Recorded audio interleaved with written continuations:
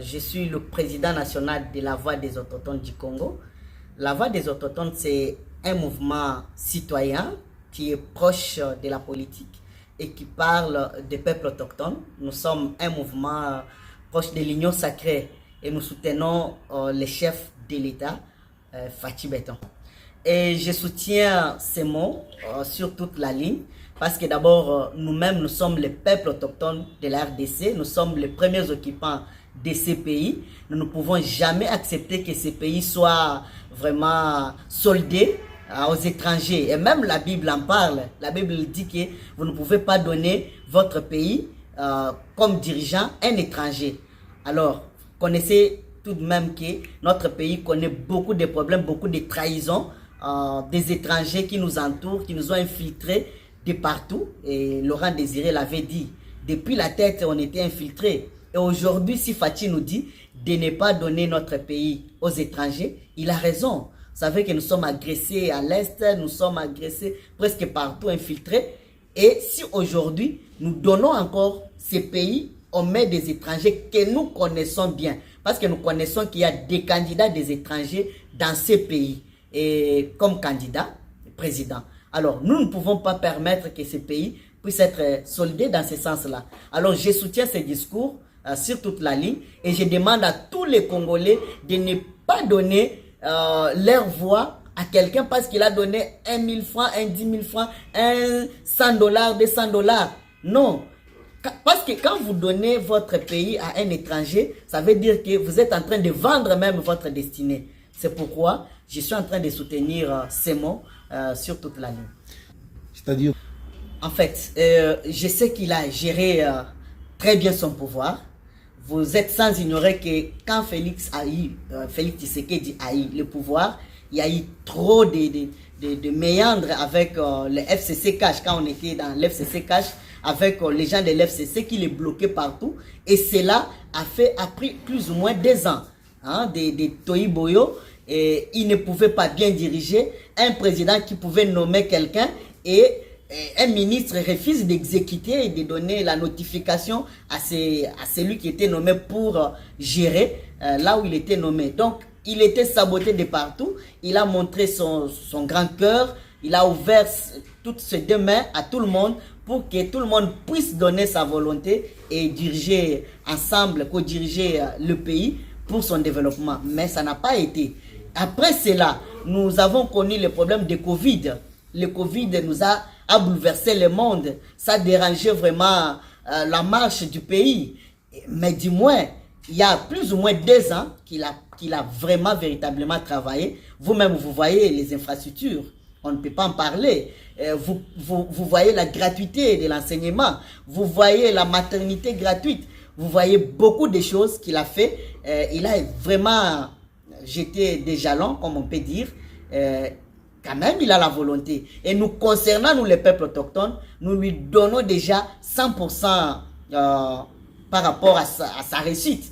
Parce que nous, pour notre cas, nous avons fait plus ou moins 2 décennies avec notre loi sur la protection et la promotion des peuples autochtones qui traînait au niveau de l'Assemblée. Ça n'avait jamais été voté, ni traité, ni regardé même. Personne ne pouvait faire mention de ça. Mais quand il est venu, nous avons fait des plaidoyers, on est passé partout, on lui a demandé que cette loi puisse être votée et il a promulgué la loi. Et dans cette loi, il y a beaucoup de choses à notre avantage. Il y a par exemple, vous savez, la gratuité c'est à l'école primaire pour jusque-là.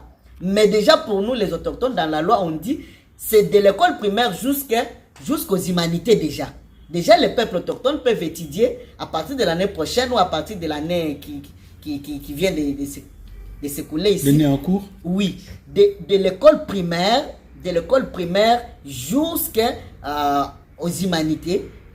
Un autochtone doit étudier gratuitement. Les soins de santé gratuits pour les peuples autochtones.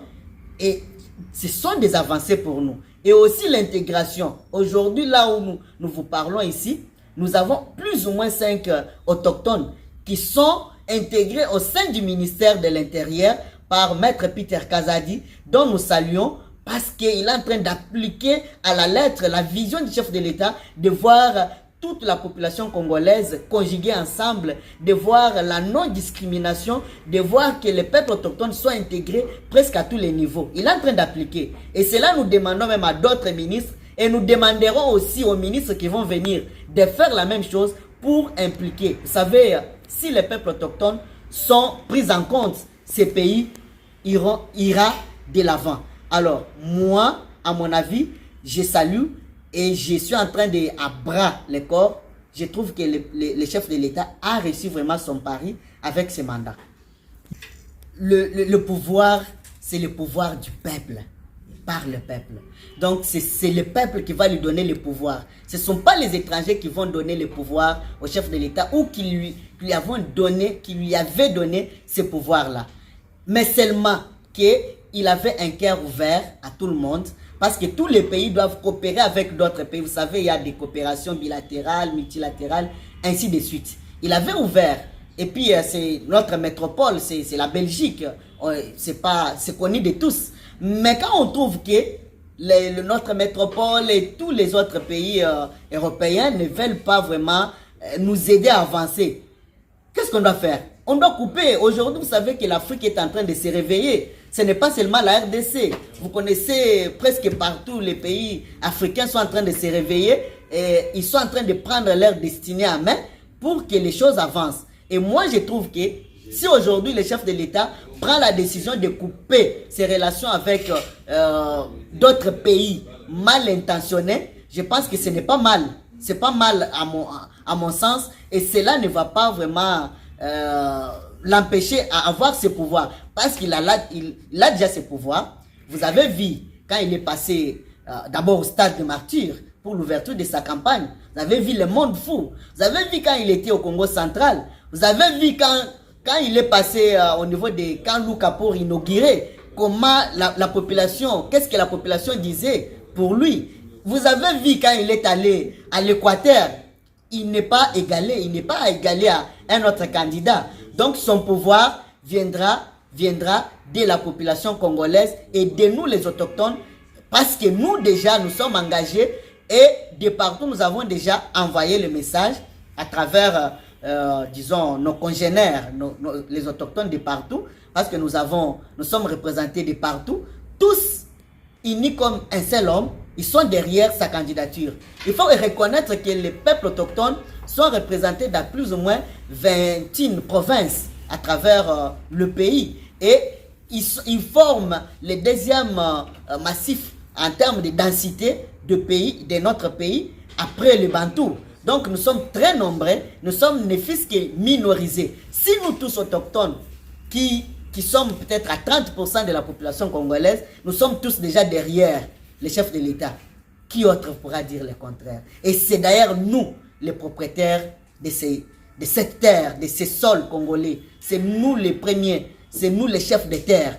Et si nous disons déjà que le pouvoir lui sera donné, et lui sera donné. Parce que la population est derrière lui. Dans 20 jours, le peuple congolais... À tous les Congolais de voter utile. Voter utile, c'est voter le numéro 20. Voter Fachi Béton, parce qu'il est le fils maison. On connaît chez lui, on connaît tous ses parents, on voit sa volonté, sa bonne volonté. Tout ce qui a eu au premier mandat comme faiblesse, peut-être dû à son entourage, je sais qu'il a déjà tout vu, il va corriger au deuxième mandat et le Congo ira de l'avant et tous les Congolais seront contents de ce deuxième mandat.